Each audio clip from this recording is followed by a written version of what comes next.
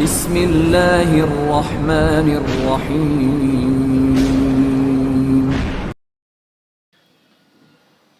بھید، اسرار سے بھرا ایک حیرت انگیز ناول۔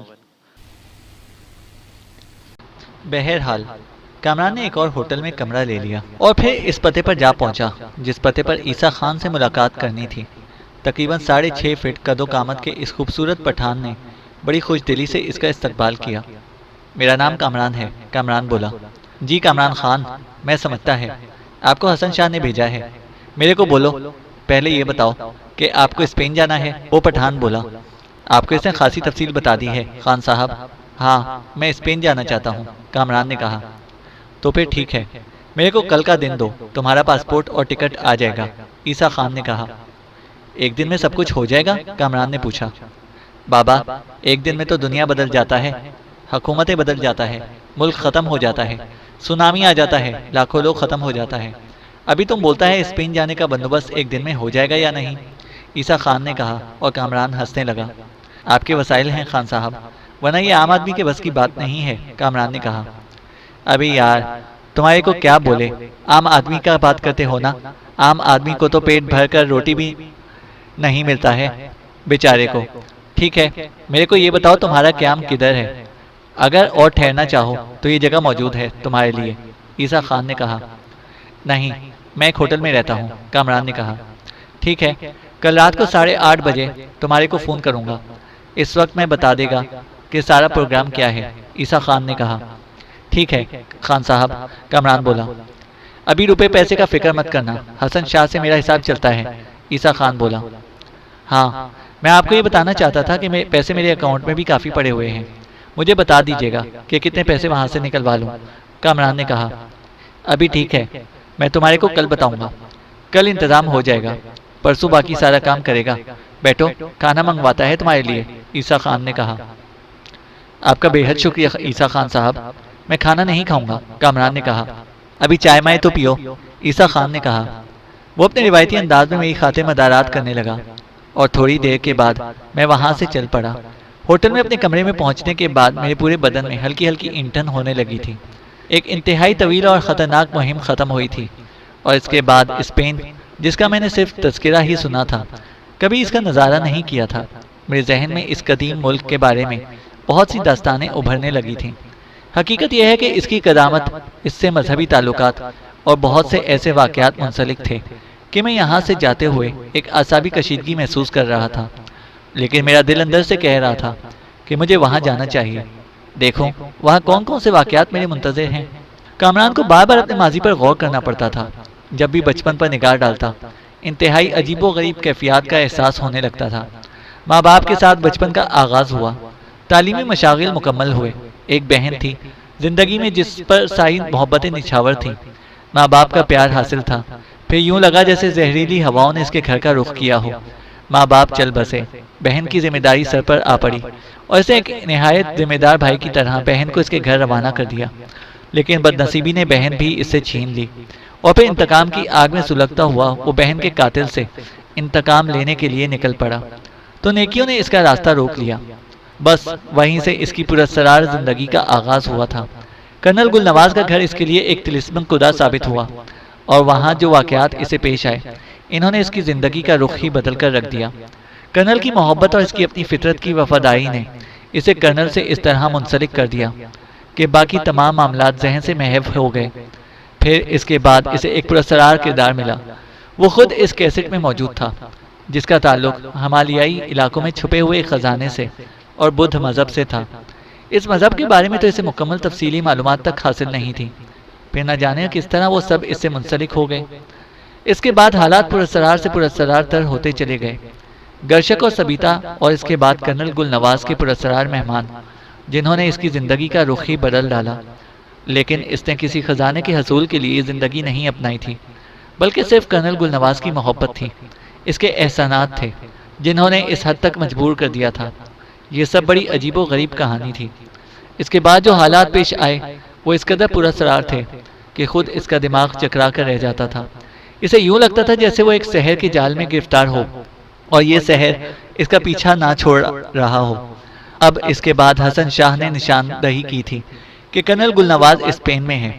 دو ہی باتیں تھیں، یا تو وہ ہر کردار پر لعنت بھیج کر اپنی زندگی کے لیے کوئی صحیح راستہ تلاش کرتا، یا وہی سب کچھ جو اب تک پیش آتا رہا تھا۔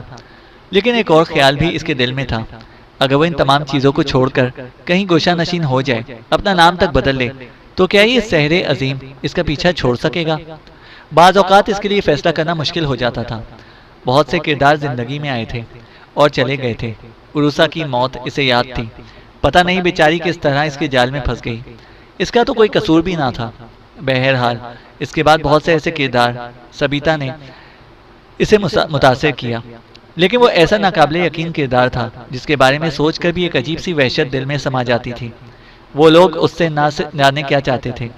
انہوں نے اسے ماضی قدیم کا ایک ایسا کردار قرار دیا تھا جو کسی کی محبت کا مرکز تھا، اور وہ جس کی محبت کا مرکز تھا وہ پاتال کی گہرائیوں میں سو رہی تھی۔ لا حول ولا قوہ، کیا یہ ایک عقل میں آنے والی بات ہے؟ لیکن کیا کرتا، وہ سحر تو اس کی جان ہی نہیں چھوڑتا تھا۔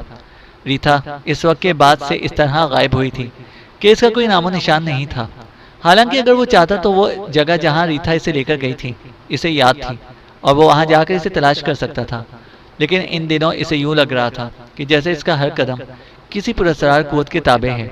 وہ خود اپنے طور پر کوئی عمل نہیں کر رہا تھا، بلکہ اس وقت بھی وہ ڈاواں ڈول ہو رہا تھا۔ عیسیٰ خان اس کی روانگی کا بندوبست کر رہا تھا، اور ایک آدھا دن میں اسے اسپین کے لیے روانہ ہو جانا تھا۔ حسن شاہ نے اس سے یہی توقع ظاہر کی تھی کہ وہاں پہنچ کر وہ اسے مل جائے، اور دونوں کرنل گل نواز کو تلاش کریں گے اور اس کی مدد کریں گے۔ حسن شاہ رانا چندر سنگھ کا اتنا ہی وفادار تھا جتنا کامران کرنل گل نواز کا۔ آخری فیصلہ اس نے یہی کیا کہ اب زندگی میں کوئی اور دلکشی تو باقی نہیں رہی، بہتر یہ کہ اسپین ہی چلا جائے۔ چنانچہ اس نے آخری فیصلہ کیا۔ عیسیٰ خان سے معمول کے مطابق ملاقات ہوئی تو اس نے کہا کہ آج رات کی فلائٹ سے اسے اسپین روانہ ہو جانا چاہیے۔ ایک عجیب و غریب تاثر ہے، وہ جہاز میں سوار تھا اور اسپین جیسے روایتی ملک کے سفر کا آغاز ہو گیا تھا۔ نہ جانے کیا کیا خیالات اس کے دل میں آ رہے تھے۔ انہی خیالات میں سفر کٹا اور آخر کار وہ اپنی منزل پر پہنچ گیا۔ ضروری امور سے فراغت حاصل کرنے کے بعد ایک ہوٹل کے نمائندے نے اس کی توجہ حاصل کر لی، اور تھوڑی دیر کے بعد وہ ایک 5 اسٹار ہوٹل میں منتقل ہو گیا۔ معقول رقم اس کے پاس موجود تھی اور اسے یہاں ایک اچھی زندگی گزارنے میں کسی دقت کا سامنا نہیں تھا۔ البتہ اسے یہ بات معلوم نہیں تھی کہ حسن شاہ کس طرح اس سے ملاقات کرے گا۔ لیکن بہرحال اگر حسن شاہ نے اسے یہاں تک پہنچایا ہے تو لازمی بات ہے کہ وہی اس سے رابطہ بھی قائم کرے گا۔ چنانچہ وہ سکون سے میڈرڈ کے اس شاندار ہوٹل میں قیام پذیر تھا۔ اپنے قیام کے بعد وہ پہلی بار نیچے اترا اور عالیشان ہوٹل کے ہال میں داخل ہو گیا۔ کمرے کے لحاظ سے اس کی میز ریزرو تھی۔ وہ اپنی میز پر جا کر بیٹھ گیا۔ حالانکہ بہت کم دنیا داری اسے آتی تھی، لیکن وقت اور ماحول سب سے بڑا استاد ہوتا ہے۔ ایک اجنبی ملک میں جہاں اس کی زبان کی اسے ذرا شدبد بھی نہ تھی، اجنبی لوگوں کے درمیان اس اجنبی جگہ بھی بڑے اعتماد کے ساتھ بیٹھا ہوا تھا، اور اس کی طائرانہ نگاہیں چاروں طرف کا جائزہ لے رہی تھیں۔ لیکن اس کے بعد اس کی نگاہوں کا جو مرکز بنا، اس نے حقیقی طور پر اس سے اس کے حواس چھین لیے۔ سامنے دو لڑکیاں ایک میز پر بیٹھی ہوئی تھیں، اور وہ ان دونوں کو پہچانتا تھا۔ دو مختلف کردار، جن میں ایک ریتا اور دوسری وہ چھوٹی سی گڑیا جسے ایک نگاہ دیکھ کر نظر انداز نہیں کیا جا سکتا تھا، بلکہ ذہن کے خانوں میں اس کی تصویر باقی رہ جاتی تھی۔ یہ لڑکی شجیرہ نام کی ایک خطرناک عورت کے ساتھ نظر آئی تھی، لیکن اس وقت وہ ریتا کے ساتھ تھی۔ ریتا جو اس کی زندگی میں ایک خاصا دخل حاصل کر چکی تھی۔ یہاں میڈرڈ میں بڑے تعجب کی بات تھی۔ ایک لمحے کے لیے اس کا دل چاہا کہ یہاں سے اٹھ جائے، لیکن نہ جانے کیوں وہ ایسا نہ کر سکا، اور ریتا کے بارے میں وہ اپنے تجسس کو ختم نہ کر سکا۔ پھر ریتا نے بھی اسے دیکھ لیا، اور کامران کو محسوس ہوا جیسے ریتا کو اسے دیکھ کر حیرت نہ ہوئی ہو۔ البتہ وہ اپنی جگہ سے اٹھ ضرور گئی تھی۔ اس نے ریشی کو بھی اپنے ساتھ آنے کو کہا۔ وہ دونوں کامران کی میز پر پہنچ گئیں۔ ریتا نے آہستہ سے کہا، ہیلو ہیلو۔ کامران نے صد مہری سے جواب دیا۔ ریتا نے اپنے لیے کرسی گھسیٹ لی اور ریشی کو بھی اشارہ کر کے بولی، بیٹھو۔ کامران خاموشی سے ان دونوں کی صورتیں دیکھ رہا تھا۔ دفعتاً ریتا مسکرا پڑی۔ تمہاری خاموشی چیخ چیخ کر کہہ رہی ہے کہ تم مجھ سے سخت ناراض ہو۔ میرا خیال ہے کہ تمہیں یہ چیخیں کہیں اور سے سنائی دے رہی ہوں گی۔ میرے بارے میں غلط فہمی کا شکار مت ہو، کامران نے جواب دیا، اور ریتا ہنس پڑی۔ پھر بولی، یہ جلے کٹے جملے بھی اسی بات کی نشاندہی کرتے ہیں کہ تم سخت ناراض ہو۔ یار کمال ہے، میرا کیا تعلق ہے تم سے ریتا؟ صرف معمولی سی شناسائی کو اس قدر اہمیت دے رہی ہو۔ زندگی میں بے شمار لوگ ملتے ہیں، جدا ہوتے ہیں، اب یہ تو نہیں ہے کہ کسی کی ذات پر تسلط ہی قائم کر لیا جائے، کامران نے کہا۔ تم یقین کرو، میں تمہارا پیچھا کرتی ہوئی یہاں تک آئی ہوں، تم سے خصوصی طور پر دور رہنے کی کوشش کرتی رہی ہوں۔ میں نے تمہیں فیلر کے بارے میں بتایا تھا کہ وہ انتہائی خطرناک آدمی ہے، البتہ یہ نہیں بتایا تھا میں نے تمہیں کہ وہ اسپین کا باشندہ ہے۔ ایک ہلکا سا چھناکا میرے ذہن میں ہوا تھا۔ فیلر اسپینش ہے؟ کامران نے پوچھا۔ یہاں اس کا پورا خاندان موجود ہے، تمہارے ہاتھوں شدید زخمی ہوا ہے، وہ زندگی اور موت کی کشمکش کا شکار ہوا تو اس کے 2 بھائی وہاں پہنچے اور اسے یہاں لے آئے۔ اب وہ میڈرڈ کے ایک اسپتال میں ہے۔ اس نے اپنے بھائیوں کو ساری کہانی سنا دی ہے، ریتا نے کہا۔ مگر تم اس کے پیچھے یہاں تک کیوں چلی آئیں؟ کامران نے کہا۔ یہ ایک الگ داستان ہے اور میرے لیے قابل توجہ اس لیے ہو گئی جب مجھے پتا چلا کہ تم اسپین آ رہے ہو، ریتا بولی۔ تمہیں یہ کہاں سے پتا چلا؟ کامران نے پوچھا۔ پولیس میں ہوتے تو بہت کامیاب رہتے، کس طرح جرح کرتے ہو۔ جہاں سے تمہارا پاسپورٹ اور کاغذات تیار کرائے جا رہے تھے، میرا مطلب ہے عیسیٰ خان نامی آدمی تمہاری تصویر کے ساتھ جو پاسپورٹ بنوا رہا تھا، وہیں پر میڈم شجیرہ اپنا پاسپورٹ بنوانے کی تیاریاں کر رہی تھی۔ انہوں نے مجھے یہ بات بتائی اور میں نے ارجنٹ اپنے یہاں آنے کی تیاریاں مکمل کر لی، ریتا نے کہا۔ تو کیا میڈم شجیرہ بھی یہاں موجود ہیں؟ کامران نے پوچھا۔ اتفاق سے وہ بھی اسپینش ہیں۔ اصل میں اسپین میں رہنے والوں کے نقوش مشرق سے اس قدر ملتے جلتے ہیں کہ کبھی کبھی انہیں نہیں پہچانا جا سکتا، ریتا نے کہا۔ کامران کا سر چکرانے لگا۔ 2 متضاد باتیں تھیں۔ حسن شاہ نے بتایا تھا کہ کرنل گل نواز اسپین میں ہے اور اس کی مدد کے لیے ہمیں اسپین جانا ہے۔ یہاں دوسری کہانی بھی اسپین سے ہی متعلق نکلی۔ ریتا نے اور بھی بہت باتیں بتائیں اور کامران کا ذہن صاف ہوتا گیا۔ ریتا نے اس سے کہا، تم یقین کرو، فیلر بے حد خطرناک آدمی ہے، اس کے بھائی بھی جرائم پیشہ ہیں اور اسپین کے انڈر ورلڈ سے تعلق رکھتے ہیں۔ میں نے تم سے پہلے ہی کہا تھا۔ اور ایک اور انوکھی بات بتاؤں تمہیں، میڈم شجیرہ نے بتایا ہے کہ فیلر کے بھائیوں کو بھی تمہاری آمد کا پتہ چل گیا ہے، ریتا بولی۔ میں نہ ہوا کسی ملک کا صدر ہو گیا، کامران نے ہنستے ہوئے کہا اور پھر بولا، مگر تم لوگ یہاں کیوں چلے آئے؟ میں نے بتایا نا کہ میڈم شجیرہ کے ساتھ میں یہاں چلی آئی، ریتا نے کہا۔ کب تک قیام ہے؟ کامران نے پوچھا۔ کچھ کہا نہیں جا سکتا۔ ویسے تم اگر پسند کرو تو میں تمہیں اسپین کی سیر کرا سکتی ہوں، کیونکہ میں اور ریشی اسپین سے اچھی طرح واقف ہیں، ریتا بولی۔ میں اگر جنوبی امریکہ جاؤں گا تبھی تو میرا پیچھا کرو گی اور بعد میں یہی بتاؤ گی کہ تم تو یہاں کے باشندوں کی طرح سے ہو، کامران نے کہا۔ شاید ایسا ہو، ریتا نے ہنس کر کہا۔ اس دوران خوبصورت لڑکی ریشی خاموش بیٹھی رہی۔ اس پر بھی جب نگاہ ڈالی جاتی بالکل ایسا ہی لگتا جیسے کوئی گڑیا ہو، بہت پیاری تھی وہ۔ بہرحال یہ ایک دلچسپ ملاقات تھی۔ ریتا نے جو کچھ بتایا تھا وہ سمجھ میں آنے والی بات تھی۔ کامران نے اسے تسلیم کر لیا تھا، لیکن یہ سن کر کہ فیلر بھی یہاں موجود ہے اور اس کے بھائیوں کو اس کے بارے میں پتہ چل چکا ہے، اسے شدید حیرت ہو رہی تھی۔ یہ سب کچھ غیر فطری تھا، ناقابل فہم، لیکن بہرحال تھا تو صحیح۔ ریتا نے کہا، کیا خیال ہے میرا ساتھ تمہیں پسند ہوگا کہ نہیں؟ بس کیا کہا جا سکتا ہے، کامران نے کہا۔ میں تمہارے کمرے کے بارے میں جانتی ہوں، میرا قیام میڈم شجیرہ کے ساتھ ہے، کل ہم اسپین کی سیر کریں گے، ریتا نے کہا۔ کامران نے ریتا کو یہ تک نہیں بتایا تھا کہ وہ یہاں کیوں آیا ہے، اور نہ ہی ریتا نے پوچھا۔ یہ سب کچھ باتیں اسے مسلسل الجھا رہی تھیں۔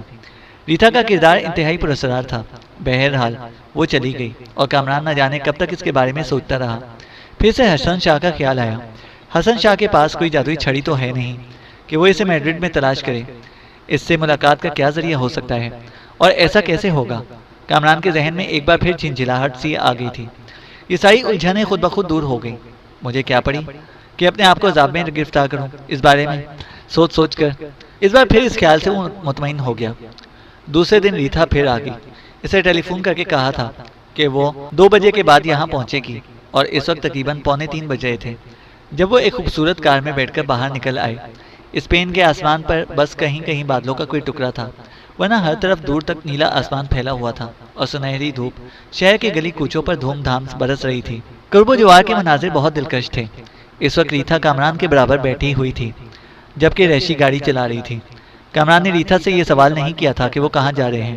ویسے اسپین کا اس وقت یہ موسم، جس میں دھوپ بھی تھی اور ٹھنڈک بھی تھی، کامران کو خاصا اچھا لگ رہا تھا اور وہ خوش تھا۔ ریتا اسے اس طرح میڈرڈ کے تفریحی مقامات دکھا رہی تھی جیسے اس کا خود کا اپنا شہر ہو۔ گاڑی چلتی رہی۔ کامران ریتا سے مختلف موضوعات پر باتیں کرنے لگا۔ دوران گفتگو ایک بار پھر فیلر کا ذکر نکل آیا۔ میڈم شجیرہ نے فیلر کے بارے میں بڑی ذمہ داریوں کے ساتھ معلومات حاصل کر رکھی ہیں۔ میں نے تمہیں بتایا تھا کہ فیلر کو تمہاری آمد کے بارے میں علم ہے اور وہ لوگ تمہیں جگہ جگہ تلاش کر رہے ہیں، ریتا نے کہا۔ کامران نے ریتا کو دیکھتے ہوئے کہا۔ فیلر جانتا تھا کہ تم میری ساتھی ہو، کیا وہ تمہیں کوئی نقصان نہیں پہنچا سکتا؟ کامران نے پوچھا۔ میڈم شجیرہ نے بھی یہ خدشہ ظاہر کیا تھا کہ تمہارا پتہ معلوم کرنے کے لیے وہ مجھے پکڑ سکتے ہیں، لیکن فکر کی بات نہیں، میں اپنی حفاظت کر سکتی ہوں، تمہیں بالکل فکر نہیں کرنا چاہیے۔ کامران نے ایک ہلکی سی مسکراہٹ کے ساتھ کہا۔ میں کبھی اپنی فکر نہیں کرتا۔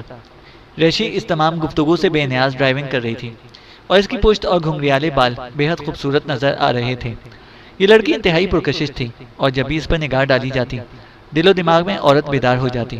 اس وقت اس نے چوڑی آستینوں والا ایک لمبا سا مخصوص طرز کا لباس پہنا ہوا تھا جس پر متعدد کلر کی پھول پتیاں اور بیلیں چھپی ہوئی تھیں۔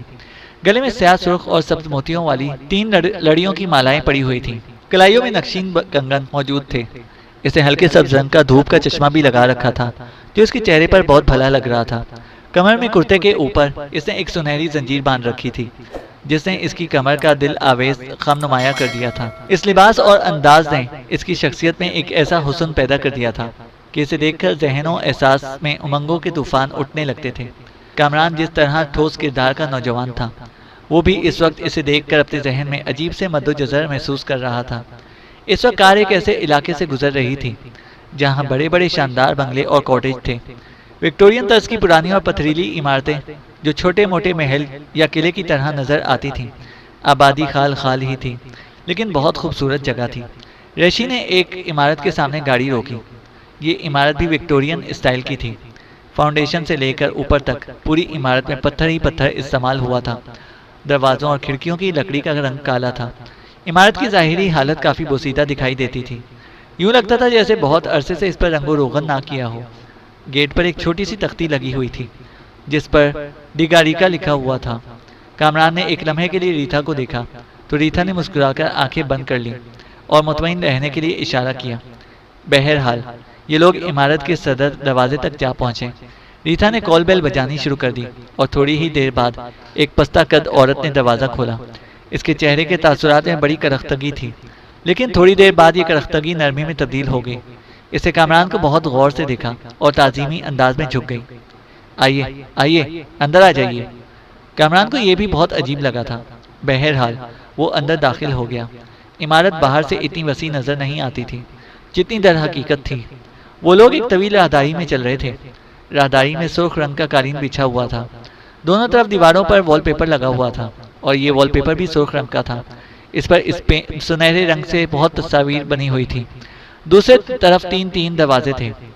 ایک سب سے بڑی حیرت انگیز بات یہ تھی کہ ان تصویروں میں بدھ اسٹائل کے پگوڑے، خانقاہیں اور بدھ بخشو آتے جاتے نظر آ رہے تھے۔ کامران ایک بار پھر دھک سے رہ گیا۔ یہ کیا قصہ ہے؟ یہ سارے معاملات ایک ہی طرف اشارہ کیوں کرتے ہیں؟ بدھ مت، بدھ مت اور صرف بدھ مت۔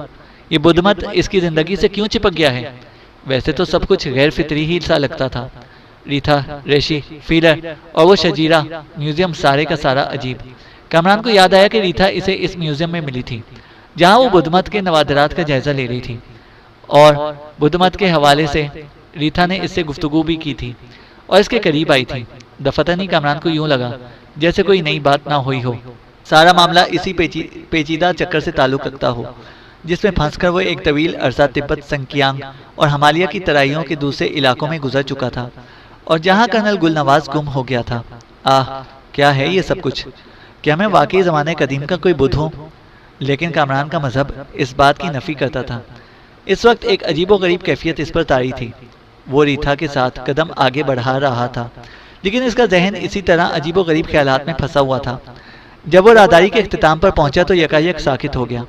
وہ ہونکوں کی طرح گردن اٹھائے اس تصویر کو گھور رہا تھا جو راہداری کے آخر میں لگی ہوئی تھی۔ یہ تصویر تقریباً 3 فٹ چوڑی اور 5 فٹ لمبی تھی۔ یہ سب سے حیرانی کی بات تھی کہ یہ سبیتا اور گرشک کی تصویر تھی۔ کامران کو سرد لہر سی اپنے جسم میں دوڑتی ہوئی محسوس ہوئی۔ اس راہداری میں بے شمار تصاویر بدھ مذہب سے متعلق تھیں اور ان تصویروں میں سبیتا اور گرشک کی تصویر۔ وہ اس روغنی تصویر کو دیکھتا رہا۔ مصور جو کوئی بھی تھا بلا کا فنکار تھا جس نے یہ شاہکار تخلیق کیا تھا۔ دونوں جیتے جاگتے کردار محسوس ہوتے تھے، خاص طور سے سبیتا جو اس تصویر میں اپنی اصل سے زیادہ حسین نظر آتی تھی۔ اس کے اندر دل و دماغ کو جو تسخیر کر لینے والی صلاحیت تھی اور آنکھوں میں جو طلسمانی چمک تھی وہ یوں نظر آ رہی تھی جیسے سبیتا اس تصویر میں منجمد ہو گئی ہو۔ رنگوں کا امتزاج انتہائی دلکش تھا۔ اس وقت اسے یوں لگ رہا تھا کہ جیسے سبیتا اسے اپنی آنکھوں سے کچھ کہنے والی ہو اور ابھی چند لمحوں بعد وہ بول پڑے گی۔ کتنی ہی دیر تک کسی سحر انگیز کیفیت میں وہ وہاں کھڑا رہا۔ اس کی سمجھ میں نہیں آ رہا تھا کہ تصویر یہاں کیوں ہے۔ اسے گھوم کر ریتا اور ریشی کو دیکھنے کی کوشش کی، مگر وہ اس دوسرے دروازے تک پہنچ چکی تھی جہاں کسی نے دروازہ کھول دیا تھا۔ اچانک ریتا کی آواز ابھری، مسٹر کامران پلیز، اور کامران ایک دم چونک پڑا اور پھر وہ اپنے آپ کو سنبھال کر ان کے پیچھے کمرے میں داخل ہو گیا۔ جس کمرے میں داخل ہوا وہ کافی کشادہ تھا۔ فرش پر ایک دبیز سرخ قالین بچھا ہوا تھا۔ درمیان میں ایک میز بھی تھی جس کی سطح پر ہلکے ہلکے نیلے شیشے کی تھی۔ ہال کی مشرقی دیوار کے ساتھ ایک چھوٹی میز، صوفہ سیٹ اور کرسیاں پڑی ہوئی تھیں۔ دیواروں پر سنہری پینٹ کیا گیا تھا۔ سامنے کچھ شوکیس رکھے ہوئے تھے جن میں عجیب و غریب قسم کی اشیاء بھی رکھی ہوئی تھیں۔ ان اشیاء میں مہاتما بدھ کا مجسمہ بھی تھا، کوئی 1.5 فٹ لمبا سنہرے رنگ کا مجسمہ شوکیس کے پاس سنگ مرمر سے بنی ہوئی ایک خوبصورت ٹیبل پر رکھا ہوا تھا۔ وہ مجسمہ یا تو خالص سونے کا تھا یا پھر سونے کا پانی پھرا ہوا تھا۔ پھر کامران کی نگاہیں اس شخص کی جانب اٹھ گئیں جس نے دروازہ کھولا تھا۔ وہ ایک دبلا پتلا مجہول سا آدمی تھا، گال پچکے ہوئے اور آنکھوں کے گرد ہلکے تھے۔ اسے دیکھ کر ایک عجیب سا احساس ہوتا تھا، بالکل یوں لگتا تھا جیسے کوئی مردہ قبر سے اٹھ کر آ گیا ہو۔ چہرے پر اتنی زردی تھی کہ لگتا تھا کہ اس کے جسم میں خون کا نام کی کوئی بھی چیز نہ ہو۔ بالکل پھیکا اور بے نور سا چہرہ تھا۔ اس نے گہرے رنگ کا لباس پہنا ہوا تھا، لیکن سب سے زیادہ حیرت انگیز چیز اس کی آنکھیں تھیں۔ اس کی آنکھوں کا اس کے پورے وجود سے کوئی تعلق نہیں تھا۔ ان آنکھوں میں گہری پراسرار چمک تھی اور اس کی پتلیوں کا رنگ اس قدر نیلا تھا کہ اسے دیکھ کر ایک عجیب سا احساس دل میں پیدا ہوتا تھا۔ دفتن ہی ریتا نے کہا، ہیلو پردھان پرسو، یہ وہی مشہور عالم شخصیت کامران ہیں جن کا تذکرہ آپ کے کانوں تک بھی پہنچ چکا ہوگا۔ اس شخص نے 2 قدم پیچھے ہٹ کر دونوں ہاتھ سیدھے کیے اور رکوع کے انداز میں جھک گیا۔ ریتا نے کہا، یہ طریقہ تعظیم ہے، بڑا انتظار تھا آپ کا پتال پرمتی، پردھان پربھو نے کہا، اور کامران اچھل پڑا۔ پتال پرمتی، پتال پرمتی، پتال پرمتی۔ دفتن ہی اس کے ذہن میں جھنجھلاہٹ بیدار ہو گئی۔ اس نے کہا، آپ مجھے کسی اور نام سے مخاطب کیا؟ پردھان پرسو، میرا نام کامران ہے۔ اوہ ہاں ہاں، واقعی آپ کی شخصیت بہت متاثر کن ہے۔ آپ کی بڑی مہربانی ہے کہ آپ نے یہاں تک آنے کی زحمت گوارا کی۔ میں تو ایک معمولی سا آدمی ہوں پردھان پرسو، کامران نے کہا۔ پردھان پرسو نے بہت غور سے کامران کو دیکھا اور بہت دھیرے سے مسکرایا اور پھر آہستہ سے بولا، یہ تو وقت بتائے گا کہ آپ کیا ہیں، اور وہ وقت جلدی آنے والا ہے۔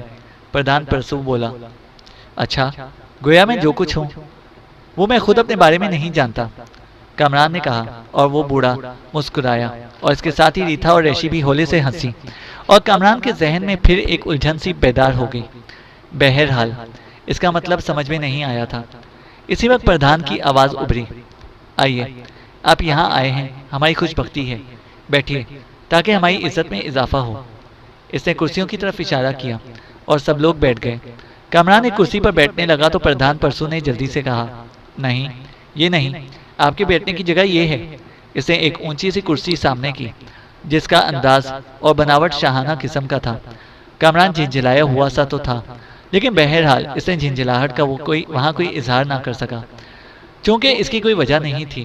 جس جگہ وہ بیٹھا ہوا تھا یہاں سے سونے کا وہ مجسمہ صاف نظر آتا تھا جو مہاتما بدھ کا تھا۔ پردھان پرسو نے کہا، ریشی جاؤ، کسی مشروب کا انتظام کرو۔ اس نے اس انداز میں ریشی کو حکم دیا جیسے ریشی اس کے لیے ایک الگ ہی درجہ رکھتی ہو۔ ریشی اپنی جگہ سے اٹھ گئی اور کمرے سے باہر نکل گئی۔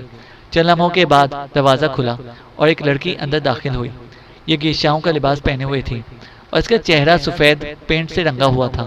اس نے اندر داخل ہو کر گردن جھکائی تو پردھان پرسو نے کہا، ایک مہمان آتما نے ہمارے گھر کو رونق بخشی ہے، جاؤ ان کے لیے کوئی اچھا سا مشروب لے کر آؤ۔ اور لڑکی باہر نکل گئی۔ کامران کی نگاہیں اطراف میں بھٹک رہی تھیں۔ پھر سے گرشک اور سبیتا کی وہ تصویر یاد آئی جو تصویر سے زیادہ یوں لگتا تھا جیسے 2 انسانوں کو فریم میں چپکا دیا گیا ہو۔ ایک لمحے کے لیے کامران کے دل میں یہ خیال آیا کہ تصویر کے بارے میں پوچھے، لیکن نہ جانے کس مصلحت کے تحت اس کی زبان بند ہی رہی۔ اس وقت پردھان پرسو کی آواز ابھری، آپ کو یہاں آئے ہوئے کتنا وقت گزر گیا ہے مہان بنی؟ زیادہ نہیں، کامران نے کہا۔ اچھا، ریتا نے مجھے بتایا تھا کہ آپ اسپین آئے ہیں۔ میں نہیں جانتا مہان بنی کہ اسپین میں آپ کسی اور مقصد کے تحت آئے ہیں، لیکن ریتا سے مجھے یہ معلوم ہوا تھا کہ فیلر سے آپ کا جھگڑا ہوا تھا۔ یہ بتا دینا آپ کو بہت ضروری ہے کہ آپ اس ملک میں اجنبی ہیں، کہیں ایسا نہ ہو کہ آپ کے لیے کوئی پریشانی پیدا ہو جائے۔ میں فیلر کو جانتا ہوں، وہ سنگ دل، ظالم اور خود غرض ہے۔ شرافت اس کے قریب سے بھی چھو کر نہیں گزری۔ یہاں اس کے بھائی زیر زمین دنیا کے لوگ ہیں اور مجرمانہ کارروائیاں کرتے رہتے ہیں۔ مہان منی، آپ کو احتیاط کرنا ہوگی۔ ویسے تو آپ کے خادم آپ کے ارد گرد بکھرے ہوئے ہیں، لیکن پھر بھی میری خواہش ہے کہ آپ ہوشیار رہیں، پروان پرسو نے کہا۔ میں زیادہ ڈرتا نہیں ہوں کسی سے۔ فیلر اگر کوئی بہت بڑی چیز ہے تو مجھے بھی وہ کمزور نہیں پائے گا، کامران نے کہا۔ بالکل ٹھیک ہے، ہم بھی آپ کے خادم ہیں، آپ کے پاس بھی دوستوں کی کمی نہیں ہے، سارے دوست آپ کے دوست ہیں۔ ابھی یہیں تک بات پہنچی تھی کہ وہی لڑکی اندر داخل ہوئی اور اپنے خوبصورت وجود کی نمائش کرتی ہوئی چاندی کی ایک چھوٹی سی ٹرے سنبھالے ہوئے کامران کے پاس آ گئی۔ ٹرے میں چاندی کے گلاس رکھے ہوئے تھے۔ اس نے سب کو ایک ایک گلاس پیش کیا اور واپس چلی گئی۔ گلاس میں ایک خوبصورت مشروب اوپر تک بھرا ہوا تھا، لیکن وہ اس قدر گاڑھا تھا اور اس میں عجیب سی قسم کی مہک تھی۔ یہ ایک انتہائی دلکش مہک تھی۔ وہ مشروب کامران کے لیے اجنبی تھا، تاہم اس نے ایک چھوٹا سا گھونٹ بھرا اور اس کا ذائقہ بھی اسے بے حد عجیب لگا۔ بڑا تیز، تلخ اور کسیل سا ذائقہ تھا۔ کامران کو اپنی بہترین خوشبو کے باوجود وہ مشروب پسند نہیں آیا تھا، لیکن اس کا پہلا گھونٹ حلق سے اترا تو زبان پر فوراً ہی لطیف اور مہک انگیز مٹھاس سی محسوس ہوئی۔ تعجب کی بات تھی، لیکن تعجب کی بات نہیں بھی تھی، کیونکہ کامران کی زندگی کا اب ہر قدم پراسرار گتھیوں میں لپٹا ہوا تھا۔ بہرحال وہ اب اس مشروب کو بڑے شوق سے ایک ایک گھونٹ کر کے پینے لگا۔ سب لوگ اپنے مشروب سے شغل کر رہے تھے۔ جب گلاس خالی ہو گئے تو سب سے پہلے ریتا اپنی جگہ سے اٹھی اور ریشی کو اشارہ کر کے بولی، آؤ ریشی، ذرا اوپری منزل پر چلتے ہیں۔ کامران، پردھان پرسو تمہارے لیے بہت اچھے ساتھی ثابت ہوں گے، ان سے باتیں کرو۔ کامران نے اس بات کو بھی حیرت زدہ انداز میں دیکھا۔ بہرحال اس کے جانے کے بعد پردھان پرسو اس کے سامنے رہ گیا۔ اس وقت کامران پر ایک ایسی کیفیت طاری تھی جیسے الفاظ میں بیان کرنا مشکل تھا۔ ذہن پر بڑی نشاط انگیز اور روح پرور کیفیت طاری تھی اور جسم بے حد ہلکا پھلکا لگ رہا تھا۔ پھر اچانک ہی کامران کی نگاہ پردھان پرسو کی کلائی پر پڑی۔ اس کی کلائی میں ایک زنجیر نظر آ رہی تھی۔ یہ بالکل ویسی ہی زنجیر تھی جیسی اس نے ایک بار ان سب کے گلوں میں دیکھی تھی، اور وہ حیران تھا۔ پردھان پرسو اس زنجیر کو آہستہ آہستہ سہلا رہا تھا۔ پھر وہ بولا، پاتال پرمتی، آپ نے مجھے اپنے اصل نام سے محروم کر دیا ہے، لیکن نام کچھ بھی ہو، اصل چیز انسان کی شخصیت ہوتی ہے۔ مجھے آپ بہت پسند آئے ہیں۔ آپ میں وہ تمام خوبیاں موجود ہیں جو پاتال پرمتی کی شخصیت کا ایک حصہ ہوتی ہیں۔ آپ اس کائنات کے صفحے پر ایک ایسی نہ مٹنے والی تحریر ہیں جو صدیوں سے قائم ہے اور صدیوں تک قائم رہے گی، کیونکہ آپ پر ایک عہد ساز ذمہ داری آ پڑی ہے۔ ویسے پاتال پرمتی، کیا آپ مجھے اپنے بارے میں بتانا پسند کریں گے؟ میرا مطلب ہے کہ اپنے ماضی کے بارے میں۔ کامران نے اسے غور سے دیکھا۔ ایک لمحے کے لیے اس کا دل چاہا کہ اس شخص سے باقی تمام باتیں پوچھے۔ یہ ایک اچھا موقع بھی تھا۔ اس نے کہا، پردھان پرسو، میرے بارے میں کیا جاننا چاہتے ہو؟ آپ کا ماضی پاتال پرمتی، پردھان پرسو نے کہا۔ تم جس فضول نام سے مجھے مخاطب کر رہے ہو، میرا اس سے کوئی تعلق نہیں ہے۔ جب تم نے مجھ سے اس طرح کا سوال کیا تو میرا دل چاہتا ہے کہ میں تمہیں پوری تفصیل بتا دوں، کامران نے کہا۔ میری اس سے زیادہ خوش قسمتی اور کچھ نہیں ہوگی پاتال پرمتی، پردھان پرسو نے کہا۔ حالانکہ یہ نام مجھے بالکل پسند نہیں ہے، لیکن پھر بھی تم کہہ رہے ہو تو میں اسے صبر سے برداشت کر لیتا ہوں۔ دیکھو، پہلی بات تو یہ ہے کہ میں بدھسٹ نہیں ہوں۔ کامران کے ان الفاظ پر پردھان پرسو نے غور سے اسے دیکھا اور پھر آہستہ سے بولا، ٹھیک ہے، آپ کا اپنا دھرم کیا ہے؟ پردھان پرسو نے کہا، اللہ تعالیٰ کے فضل و کرم سے میں مسلمان ہوں۔ ایک مسلمان گھرانے میں جنم لیا، مسلمانوں کی طرح پروان چڑھا۔ میرے والدین درمیانے درجے کے لوگ تھے۔ ایک بہن تھی میری جو ایک حادثے کا شکار ہو گئی۔ اس حادثے کے بعد دنیا مجھے بہت بری لگنے لگی۔ میں بہن کے قاتلوں سے انتقام لینے نکلا تو میری رہنمائی ہوئی، مجھے انتقام سے روک دیا گیا۔ اس کے بعد میں ایک گھر میں ملازمت کرنے لگا اور وہاں مجھے ایسے نیک دل اور اچھے لوگ ملے جنہوں نے میرا دل جیت لیا۔ ان کے ساتھ میں تبت اور سنکیانگ کے علاقے میں گیا۔ اس دوران مجھے دو کردار ملے، جن میں سے ایک کا نام گرشک اور دوسرے کا نام سبیتا تھا، کامران نے کہا، اور اچانک ہی پردھان پرسو اپنی جگہ سے کھڑا ہو گیا۔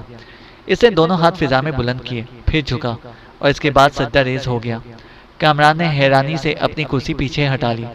پردھان پرسو کچھ دیر تک سجدے میں پڑا رہا، پھر اٹھا اور کرسی پر بیٹھ گیا۔ آپ نے دو ایسے نام لیے ہیں جو ہمارے لیے مقدس دیوتاؤں کا درجہ رکھتے ہیں، پردھان پرسو بولا۔ ہوگا ہوگا ہوگا، کامران نے بدستور جھنجھلائے ہوئے لہجے میں کہا، اور پھر بولا، اس کے بعد میری زندگی عجیب و غریب ہنگاموں سے دوچار ہو گئی اور ابھی تم نے مجھے پاتال پرمتی اور نہ جانے کیا کیا احمقانہ نام دیے ہیں، جبکہ تم سمجھتے ہو اور تمہیں علم ہو چکا ہے کہ میں مسلمان ہوں، اور ہم لوگوں کے ہاں اس طرح کی کسی بات کی گنجائش یا لچک نہیں ہوتی۔ پردھان پرسو کامران کی باتیں بڑے غور سے سن رہا تھا۔ جب وہ دم لینے کے لیے رکا تو اس نے کہا، ایک سوال کرنا چاہتا ہوں مہامنی۔ پردھان پرسو بولا۔ پھر وہی مہامنی، کامران نے کہا۔ یہ تو محبت کے الفاظ ہیں، بڑائی کی بات ہے۔ آپ ہی بتائیے، کیا آپ کے دل میں کبھی کسی کی محبت جاگی ہے؟ کامران نے حیرانی سے دیکھا۔ وہ پلک جھپکائے بغیر کامران کی آنکھوں میں جھانک رہا تھا۔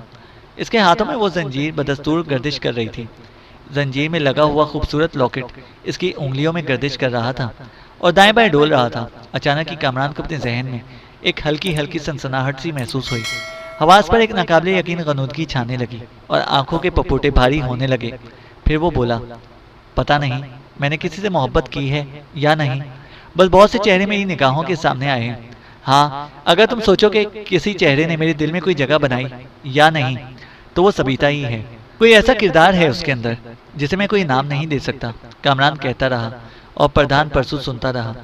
دھیرے دھیرے، بالکل دھیرے دھیرے، جیسے کوئی گونج پہاڑیوں سے معدوم ہوتی جاتی ہے، کامران کی آواز خود اس کے کانوں سے دور ہوتی چلی گئی اور پھر پردھان پرسو کا ہیولہ بھی تحلیل ہونے لگا۔ رفتہ رفتہ ہر چیز اس کی آنکھوں سے اوجھل ہو گئی اور اس کے گرد اندھیرا سا چھا گیا۔ اس نے دیکھا کہ وہ اندھیرے میں چلا جا رہا ہے۔ ایک روشنی، ایک پراسرار روشنی اس کے سامنے پرواز کرتی ہوئی آگے بڑھ رہی ہے اور وہ اسی کے پیچھے چلتا ہوا آگے بڑھ رہا ہے، یہاں تک کہ جنگل سے باہر نکلا ہے تو ایک ناقابل یقین حد تک خوبصورت دنیا میں پہنچ جاتا ہے اور حیران ہو کر ادھر ادھر دیکھتا ہے۔ یہ عجیب اور انوکھی دنیا ہے۔ چاروں طرف اوپر نیچے دائیں بائیں بے شمار رنگوں کی لہریں چکراتی پھر رہی ہیں۔ ان کے مختلف رنگ ہیں، رنگ ہی رنگ، ان گنت، جیسے رنگوں کا طوفان آیا ہوا ہو۔ چینل کو سبسکرائب کریں اور بیل آئیکن کو پریس کریں تاکہ ہماری ہر اپڈیٹ آپ کو بر وقت مل سکے۔